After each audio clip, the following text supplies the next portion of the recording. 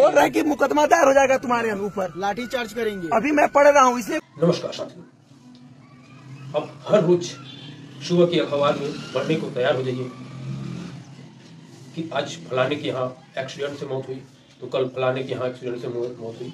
क्योंकि 7-8 वर्षों में कई सैकड़े कई घर के परिवार खत्म हो चुके हैं अवैध नीति के कारण, और जनता भी उसका भुगतान भुगतेगी क्योंकि उनकी कमी है। अभी पिछले दिनों में आप लोगों ने चुना होगा, कोई सवाल नहीं किया, कोई जनता ये नेताओं से नहीं पूछा कि हम आपको वोट देंगे पर जो आए दिन एक्सीडेंट घटनाएं हो रही है उसका समाधान कैसे करेंगे, कोई नहीं पूछा। बल्कि वही जनता वोटों का ठेकेदार बन जाती है और नतीजे 3 दिसंबर को भी आने वाले हैं। कल जो बरगवा क्षेत्र में एक परिवार के 2 लोग जान गंवा चुके हैं और एक गंभीर हालत में है। हाइवा की वजह से एक परिवार के 2 लोग जान गंवा चुके हैं और एक गंभीर स्थिति में हॉस्पिटल में एडमिट है। लेकिन जरा आप सोचिए कि इतने दिनों से लगातार घटनाएं हो रही हैं पर इस पर सवाल क्यों नहीं उठते। आपको बता दें कि नेताओं को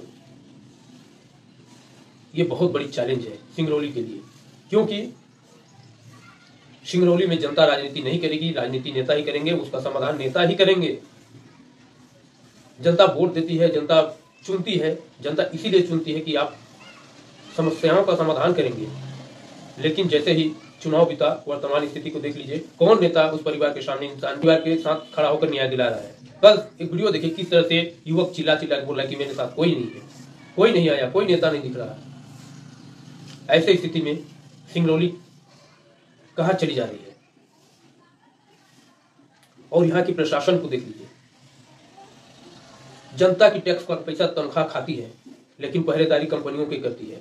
यह जीता जाता उदाहरण पिछले 2 साल पहले अमलोरी में एक्सीडेंट की वजह से 2 व्यक्ति की मौत हुई थी। हम खुद वहां पे रिपोर्टिंग करने गए थे, लेकिन कुछ चिन्हित टीआईओ की नाम मैं बता दे रहा हूं, यूपी सिंह, मनीष त्रिपाठी, अरुण पांडे और राघवेंद्र द्विवेदी अमलोरी गेट पर कंपनी की पहरेदारी कर रहे थे और जनता रोड पे बैठ रही थी, बैठकर न्याय मांग रही थी। लेकिन पहरी किसकी कर रहे थे? कंपनियों की। लगता था कि जैसे कंपनी इनको तनख्वाह देती है, कंपनी इनको ड्यूटी में रखी है, लेकिन ड्यूटी तो जनता की करनी थी प्रशासन को। लेकिन अब कई वर्षों से देख रहे हैं प्रशासन कंपनियों की ड्यूटी कर रहे हैं, जनता को खुलेआम भेड़ बकरी की तरह छोड़ दे रहे हैं। कोई इस पे अमल नहीं किया जा रहा है।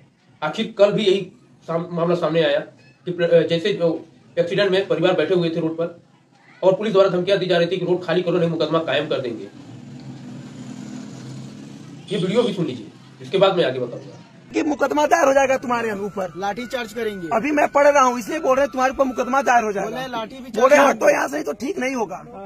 अब मुझे नहीं पता है कौन सर थे, है लैंग्वेज है उनकी, मुझे नहीं पता कौन सर थे। मिश्रा जो भी हो बैठन वैठन के वहाँ पे बोला जा रहा है कुछ नहीं, जाके मैं बैठा हूँ वहाँ पे बोल रहे हैं कि यहाँ से उठो तुम्हारा करियर खत्म हो जाएगा। जो हुआ एक्सीडेंट हुआ, ये बताइए पापा को ले जाके समझौता किया जा रहा है, सबके सामने समझौता करे फिर मानू। यहाँ पे यहीं पे विधायक का घर है ना, यहीं पे 5 कदम की दूर पे है। आए ना विधायक, भोपाल में है, अभी तक कोई आया नहीं है। रानी अग्रवाल मैडम से बात हुआ है, अभी तुरंत बोल रहे हैं कि मैं एसडीएम भेज रही हूँ। 1 घंटे से एसडीएम तक नहीं आया। हाँ, काम फुर्सत हो गया जाम लगाने के लिए। प्रीवियस वीडियो में साथ बोला हूँ 50 पुलिस भेज। परिवार रोड पे बैठ के न्याय मांग रहा है। आखिर हालात क्यों बने ऐसे? क्यों नहीं प्रशासन इस कंपनियों का कोल ट्रांसपोर्ट का रोड को डाइवर्ट करती है? क्यों इनकी अलग रोड नहीं बनाती है? क्यों उस रोड से परिवहन करवा रहे हैं? ये किसकी जिम्मेदारी है? और जहां घटना हुआ तो रोड पे बैठ के न्याय ही मांगेंगे, क्योंकि गलत काम तो प्रशासन कर रही है। क्यों कंपनियों गाड़ी चलवा रही है इसमें? आज दिन तक सिपहरी से रिलायंस वाला कन्वेयर रोड, जो रिलायंस की पर्सनल रोड है, उसमें तो कोई एक्सीडेंट नहीं हुआ और रिलायंस अपना बहुत अच्छे से कोल ट्रांसपोर्ट कर रही है। उसी तरह सारी कंपनियों को करनी चाहिए। क्यों हर घर का चिराग बुझा रहे हैं? क्यों आने वाले समय में लगता है कि जैसे बिहार में गिनती किया जाता था कि हमारे घर के फौज में गए, हमारे घर के फौज में गए हैं, लेकिन सिंगरौली में गिनती किया जाएगा कि हमारे घर के परिवार गलत नीतियों की वजह से खो गए हैं, चले गए हैं। इससे बड़ा कोई शब्द अब मेरे सामने नहीं है। नमस्कार। बच्ची का पैर, उसका भरण पोषण, उसकी माँ चली गई, दूध पीती बच्ची थी, माँ चली गई, दोनों पैर उसके टूट गए हैं। प्रशासन का पैर टूटा है। आज इस बार मैं आपको बता दूं, आज बच्ची का पैर नहीं टूटा है, प्रशासन का पैर टूटा है। संविधान के रखवाले बने हुए, संविधान की शपथ खाके, संविधान की कसम खाके आप लोग वर्दी पहनते हैं और संविधान खाने चल दिए हैं। आज के दिन जो घटना हुआ है, क्या मांगे, क्या चाहते हैं? परिवार के जनों से प्रशासन बात करे। उनकी जो जायज मांगे हैं, नाजायज मांग करने के लिए यहाँ पे कोई नहीं बैठा हुआ है। हर कोई जानता है कि इनको जिंदा करके खड़ा नहीं कर सकती प्रशासन, लेकिन ये दोनों बच्चे कमाऊ थे, इनकी बहू भी कमाऊ थी, इनकी दुकान संचालित थी ब्यूटी पार्लर की, पर डे इनकी कमाई थी 3 से 4 हजार रुपए। हाँ, आज इनके हाथ पैर तोड़ दिए गए। प्रशासन अगर इस तरह से कोठियों में बैठी रहेगी तो कैसे काम चलेगा? इनकी जो जायज मांगे हैं, इनके परिवार की जायज मांगों को पूरा कर दिया जाए। जेल में नौकरी और हर दूसरा बच्चा एनटीपीसी में कर्मचारी था। कोई चांद और तार तोड़कर मांगने की बात नहीं कर रही है और प्रशासन ऐसे कई मामलों में परिवारजनों के साथ अच्छा व्यवहार और अच्छा कार्य की है, उसी की हमें उम्मीद है। और भी क्षेत्रों में जिस तरह से प्रशासन ने जायज मांगे पूरी की है, जायज मांगे पूरी कर दी जाए, अन्यथा किसी को कोई तकलीफ नहीं होगी। देखिए, हमारे ये शिक्षक में हमारे गुरु भी रहे हैं, उनकी बहू उनके बेटे दोनों देहांत कर गए हैं और बच्चे का एक्सीडेंट हुआ है और इनके पोती भी थी, जो कि दोनों पैर उसके अभी पता चला कि दोनों पैर खत्म हो गए हैं। वो शायद वहाँ हीरावती हॉस्पिटल में है। हम लोगों का यही है, प्रशासन की लचर व्यवस्था की वजह से हम सड़क पे बैठे हैं। प्रशासन अगर चाहती, दिन के उजाले में हर बातें हो जाती, लेकिन प्रशासन की लचर व्यवस्था की वजह से हम लोग यहाँ पे बैठे हुए हैं और परिवार के साथ आखिरी समय तक हम लोग बैठे रहेंगे। ये ठंड रात गुजर जाएगी, 2 रात 3 रात, जब तक इनकी उचित मांगे पूरी नहीं कर दी जाती, तब तक हम लोग यही करते हम लोग। और प्रशासन धमकी लगातार आ रहा है। हमारे छोटे एक एजेंसी के प्रतिष्ठित सम्मानित है अभिषेक सिंह जी को, आपको धमकी आया कि आप धंधे वाले हैं, आप हमें हाथ हटा लूं तो जमीन 2 हो जाओगे, इस तरह की आना शुरू हो गई है।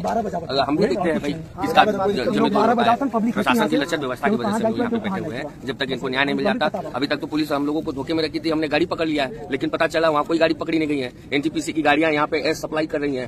क्या वहाँ पे एरिया खत्म हो गया है क्या?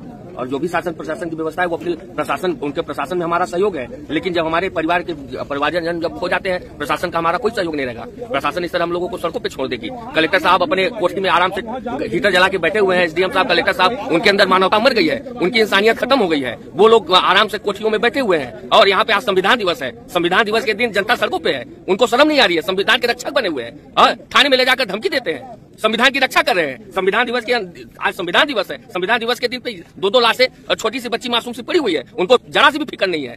शर्म आनी चाहिए ऐसे प्रशासन और भ्रष्ट सरकार तो गई, लेकिन प्रशासन को तो जगना चाहिए। प्रशासन सो रही है, कान में खूंटे पड़ गए हैं। जी मैं